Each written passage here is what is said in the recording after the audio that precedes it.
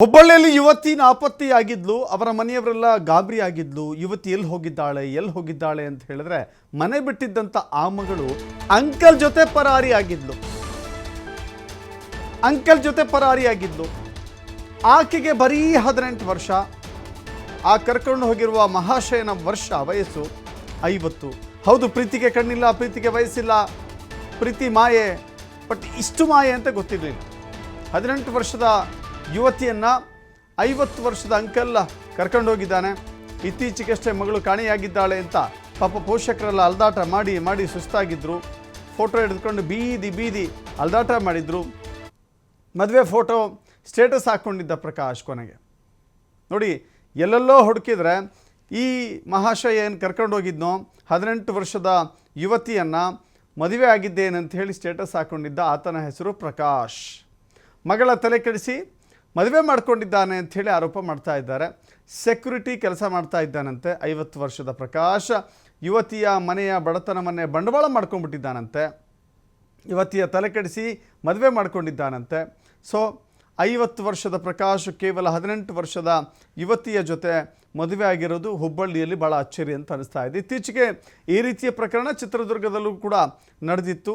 ಒಬ್ಬ ಚಿಕ್ಕ ವಯಸ್ಸಿನ ಯುವತಿ ತನಗಿಂತಲೂ ಕೂಡ 2 ಪಟ್ಟು 3 ಪಟ್ಟು ಜಾಸ್ತಿ ಇರುವಂಥ ವ್ಯಕ್ತಿಯ ಜೊತೆ ಮದುವೆಯಾಗಿ ಅದು ದೊಡ್ಡ ಗಲಾಟೆಯಾಗಿ ಅನಂತರದಲ್ಲಿ ರಾದ್ಧಾಂತವೇ ಸೃಷ್ಟಿಯಾಗಿತ್ತು. ಸೊ ಇದೀಗ ಒಬ್ಬ ಯುವತಿಯನ್ನು, ಅದು ಅಮಾಯಕಿ ಯುವತಿಯನ್ನು ಹೀಗೆ ತಲೆ ಕೆಡಿಸಿ ಆತ ಕರೆದುಕೊಂಡು ಹೋಗಿದ್ದಾನೆ ಅಂಥೇಳಿ ಪೋಷಕರು ಆರೋಪ ಮಾಡ್ತಾ ಇದ್ದಾರೆ. ಸದ್ಯಕ್ಕೆ ಅವರು ಎಲ್ಲಿದ್ದಾರೆ, ಏನು ಮಾಡ್ತಿದ್ದಾರೆ, ಜೊತೆಗೆ ಕಾಣೆಯಾದ ದಿನದಿಂದಲೂ ಕೂಡ ಎಲ್ಲೂ ಸಂಪರ್ಕಕ್ಕೆ ಬಂದಿರಲಿಲ್ಲ. ಇದೀಗ ಒಂದು ವಿಷಯ ಗೊತ್ತಾಗಿದೆ ಅವರಿಗೆ. ಆ 50 ವರ್ಷದ ವ್ಯಕ್ತಿ ಪ್ರಕಾಶ್ ಆಕೆಯನ್ನು ಕರೆದುಕೊಂಡು ಹೋಗಿದ್ದಾನೆ, ಮದುವೆ ಆಗಿದ್ದಾನೆ ಅಂತ ಹೇಳಿ. ಆ ನಂತರದಲ್ಲಿ ಏನೂ ಮಾಡಲಿಕ್ಕೆ ಆಗೋದಿಲ್ಲ. ಯಾಕಂತ ಹೇಳಿದರೆ 18 ವರ್ಷ ಮೀರಿದ ನಂತರ ಆಕೆಗೆ ತನ್ನ ಜೀವನದ ನಿರ್ಧಾರವನ್ನು ತೆಗೆದುಕೊಳ್ಳಿಕ್ಕೆ ಅವಕಾಶ ಇರುತ್ತೆ.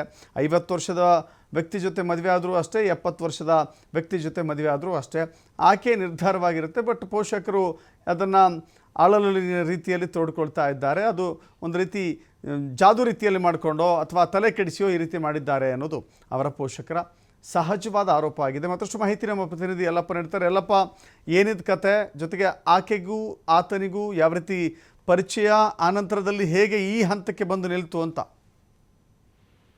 ದಶರಥ್, ಏನು ಹುಬ್ಬಳ್ಳಿಯ ಒಂದು ಚಾಲುಕ್ಯ ನಗರದಲ್ಲಿ ಒಂದು ನಡೆದಿರುವಂತಹ ಘಟನೆ ಇದು. ಮೊದಲಿಗೆ ಇಲ್ಲಿ ಅಂತಂದ್ರೆ ಯಾರು ಈ 18 ವರ್ಷದ ಯುವತಿ ಏನಿದ್ದಾಳೆ ಕರಿಜ್ಮಾ ಅಂತೇಳಿ, ಇವಳು ಇಲ್ಲಿ ಅಂತಂದ್ರೆ ಅವರ ತಂದೆ ದೀಪಕ್ ಮತ್ತು ತಾಯಿ ಶೀತಲ್ ಇಲ್ಲಿ ಅಂದ್ರೆ ಕಳೆದ 4 ದಿನಗಳ ಹಿಂದ್ಗಡೆ ಅಂತಂದ್ರೆ ವಾಣಿಜ್ಯ ನಗರಿ ಹುಬ್ಬಳ್ಳಿಯ ರಸ್ತೆಯಲ್ಲಿ ಅಂತಂದ್ರೆ ಮಗಳು ಫೋಟೋ ಹಿಡಿದು ನನ್ನ ಮಗಳನ್ನ ಹುಡುಗಿ ಕೊಡಿ ಅಂತೇಳಿ ಇಲ್ಲಿ ಅಂತಂದ್ರೆ ಮತ್ತು ಅಷ್ಟೇ ಸಹಿತ ಇಂತಹ ಪುಣೆ ಇಲ್ಲಿ ಸೆಕ್ಯೂರಿಟಿ ಗಾರ್ಡ್ ಕೆಲಸ ಮಾಡುವಂತಹ ವ್ಯಕ್ತಿ ಪ್ರಕಾಶ್ ಅನ್ನೋನು ನನ್ನ ಮಗಳನ್ನ ಅಪಹರಣ ಮಾಡಿದನಂತೇಳಿ ಗಂಭೀರ ಆರೋಪವನ್ನ ಈ ಒಂದು ಪ್ರಕಾಶನ ಮೇಲೆ ಮಾಡಿದ್ರು. ಆದ್ರೆ ಈ 18 ವರ್ಷದ ಹುಡುಗಿ ಕರಿಜ್ಮಾನಳನ್ನ ಇಲ್ಲಿ ಅಂತಂದ್ರೆ 50 ವರ್ಷದ ಅಂಕಲ್ ಇಲ್ಲಿ ಅಂತಂದ್ರೆ ಅಷ್ಟೇ ಅಲ್ಲದೆ ಈತ ಪ್ರಕಾಶ್ ಏನಂದ್ರೆ ಸುಮಾರು 50 ವರ್ಷದ ಪ್ರಕಾಶ್. ಇವನು ಸೆಕ್ಯೂರಿಟಿ ಕೆಲಸ ಮಾಡ್ಕೊಂಡು ಇದೇ ಒಂದು ಚಾಲುಕ್ಯ ನಗರದಲ್ಲಿ ವಾಸವಿದ್ದ. ಆದ್ರೆ ವಾಸವಿದ್ದ ನಂತರ ಇಲ್ಲಿ ಅಂತಂದ್ರೆ ಈ ಒಂದು ಕುಟುಂಬ ಏನಿತ್ತು ಕರಿಜ್ಮಾಳ ಕುಟುಂಬ, ಇದು ಬಡತನದಲ್ಲಿರುವಂತಹ ಕುಟುಂಬ, ಅದನ್ನೇ ಈತ ಬಂಡವಾಳ ಆಗಿ ಮಾಡ್ಕೊಡ್ತಾನೆ. ಬಂಡವಾಳ ಮಾಡಿಕೊಂಡು ಇಲ್ಲಿ ಕರಿಜ್ಮಾಳರಿಗೆ ಬೇರೆ ರೀತಿಯಂತ ಒಂದು ಆಶೆಯನ್ನ ತೋರಿಸ್ತಾನೆ. ಆಶೆ ಆಮಿಷನ ಒಡ್ಡಿ ಇಲ್ಲಿ ಅಂದ್ರೆ ಕರಿಜ್ಮಾಳನ್ನ ಬುಟ್ಟಿಗೆ ಹಾಕಿಕೊಳ್ತಾನೆ. ಬುಟ್ಟಿಗೆ ಹಾಕಿಕೊಂಡಂತಹ ಪ್ರಕಾಶ್ ಇಲ್ಲಿ ಅಂತಂದ್ರೆ ಹುಬ್ಬಳ್ಳಿಯ ಹೊರವಲಯದಲ್ಲಿರುವಂತಹ ಒಂದು ದೇವಸ್ಥಾನದಲ್ಲಿ ಆ ಕರಿಜ್ಮಾಳನ್ನ ಮದುವೆ ಆಗ್ತಾನೆ.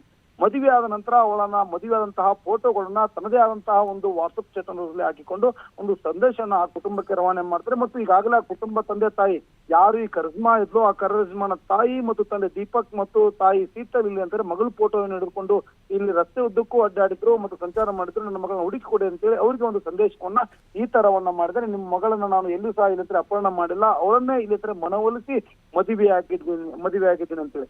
ಇಷ್ಟೇ ಕಾರಣ ಇಲ್ಲಿ ಅಂತಂದ್ರೆ ಈತ 2 ಮಕ್ಕಳ ತಂದೆ ಈತ ಪ್ರಕಾಶ್ ಇಲ್ಲಿ ಅಂದ್ರೆ 50 ವರ್ಷ ಆತನಿಗೆ ಇಲ್ಲಿ ಅದ ಸೆಕ್ಯೂರಿಟಿ ಗಾರ್ಡ್ ಕೆಲಸ ಮಾಡ್ಕೊಳ್ತಾ ಇದ್ದ. ಈ ಸೆಕ್ಯೂರಿಟಿ ಗಾರ್ಡ್ ಕೆಲಸ ಮಾಡೋ ಜೊತೆಗೆ ಇಲ್ಲಿ ಅಂತಂದ್ರೆ ಇವಳನ್ನ ಪರಿಚಯ ಮಾಡಿಕೊಳ್ತಾನೆ. ಕರಿಜ್ಮಾಳನ್ನ ಪರಿಚಯ ಮಾಡಿಕೊಂಡು ಅವಳನ್ನ ವರಿಸಿ ಮದುವೆ ಆಗಿದ್ದಾನೆ.